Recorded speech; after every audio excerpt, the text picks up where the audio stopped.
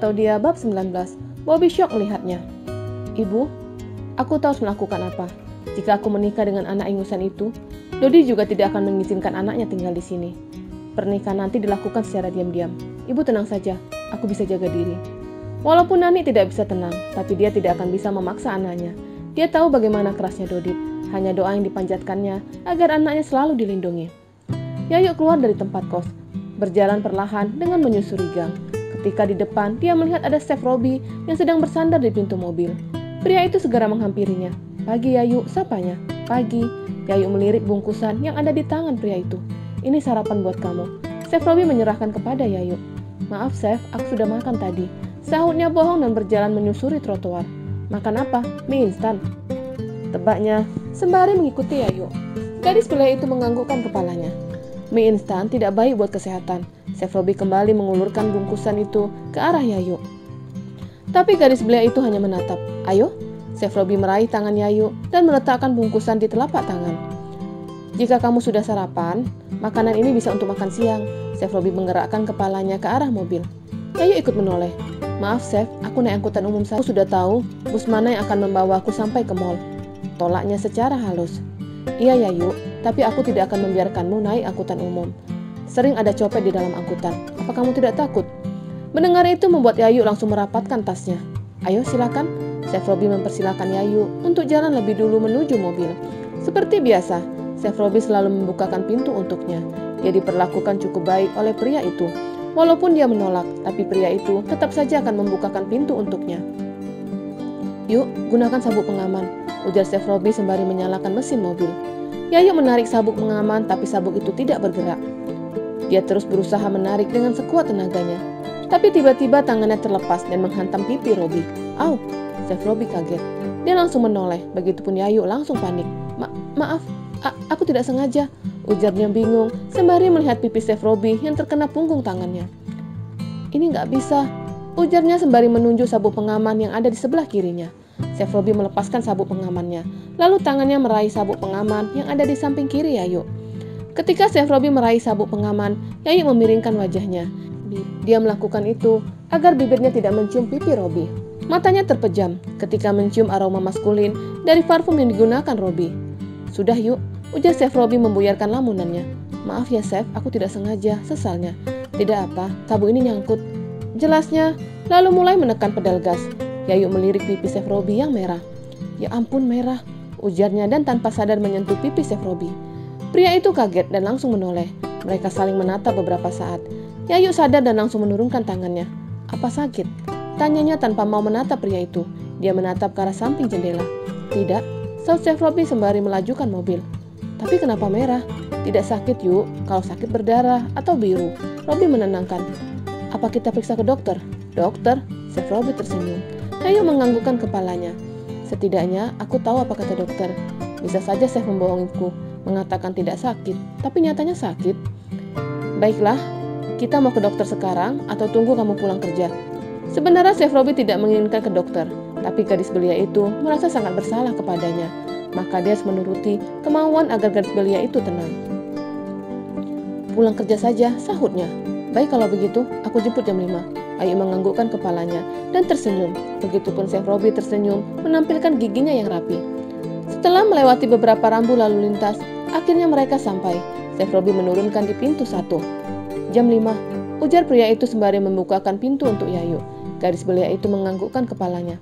Terima kasih Chef, ujarnya sembari berlalu. Yuk, panggil Chef Robi. Yayu menoleh. Makanan itu dimakan ya, jangan dibuang. Yayu kembali menganggukkan kepalanya dan berlalu masuk ke dalam mall. Bobby baru saja terbangun ketika suara ponselnya berdering. Apa? Sidang hari ini aku? Tanya Bobby sembari berjalan ke kamar mandi. Gantikan aku tidak bisa hadir, anakku sakit, ujar Adlan. Oke, saut Bobby. Tidak berapa lama pria itu telah rapi dengan setelan jas dan juga dasi, keluar dari apartemen secara terburu-buru. Dia harus menghadiri sidang yang akan diselenggarakan setengah jam lagi, melajukan mobil dengan kecepatan penuh, menuju pengadilan. Ketika sampai di sana, dia langsung memarkirkan mobil dan berlari menuju ruang sidang. Ya, aku sudah sampai, sahut Bobby menjawab panggilan yang masuk, sembari berlari ke ruang sidang. Di dalam ruang sidang telah hadir rekannya dan juga kliennya, tapi dia beruntung karena hakim belum datang. Apa kasusnya? Tanya Bobby ke rekannya. Perceraian, sahut Ros. Bobby membaca kasus itu. Di mana klien kita? Tanyanya. Itu, Ros menunjuk ke arah klien mereka yang sedang menundukkan kepala.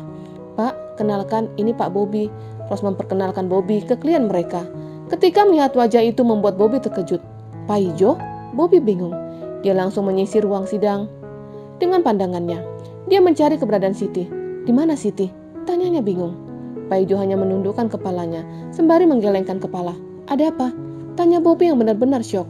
Yang dia tahu Pak Ijo dan Siti saling mencintai dan terlihat sangat harmonis. Tapi tiba-tiba pria itu mengajukan perceraian. Sidang dimulai, bisik Ros.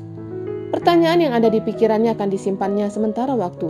Dia benar-benar syok dengan kasus perceraian itu. Sidang hari itu hanya membacakan gugatan Pak Ijo kepada istrinya. Di mana istri Bapak? Tanya hakim. Tidak hadir, sahut Pak Ijo. Sidang dilanjut minggu depan. Ujar hakim sembari mengetuk palu dan keluar dari ruang sidang. Bobby segera mendekati Pak Ijo. Ada apa? Kenapa kamu menggugat Siti? Tanyanya bingung. Aku harus melakukan ini. Ya, tapi kenapa? Terus di mana Siti? Pak Ijo tidak menjawab, tapi Ros memberikan berkas kasus itu ke Bobby. Pria itu segera membaca dengan seksama. Ketika membaca alasan gugatan itu, membuatnya terkejut. Apa tidak bisa dipertimbangkan lagi? Tanyanya. Pak Ijo menggelengkan kepalanya. Hatinya benar-benar remuk. Selesaikan kasus ini, ujar Pak Ijo dan berlalu. Ros langsung menceritakan masalah yang terjadi.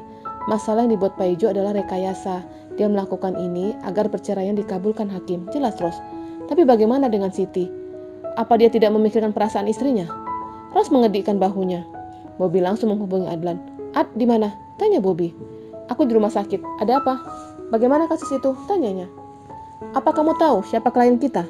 Tidak, aku tidak tahu apapun. Memangnya siapa klien kita? Tanyanya lagi. Pak Ijo.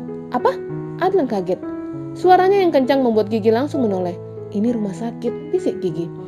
Aku kesana dulu. Adlan menjauh. Dia ingin mendengarkan cerita Bobby. Apa Gigi tahu? Tanya Bobby. Sepertinya istriku tidak tahu apapun. Dia tidak menceritakan apapun kepadaku. Mungkin Siti tidak bercerita kepada Gigi. Sidang hari ini hanya dihadiri Pak Ijo. Keberadaan Siti tidak tahu.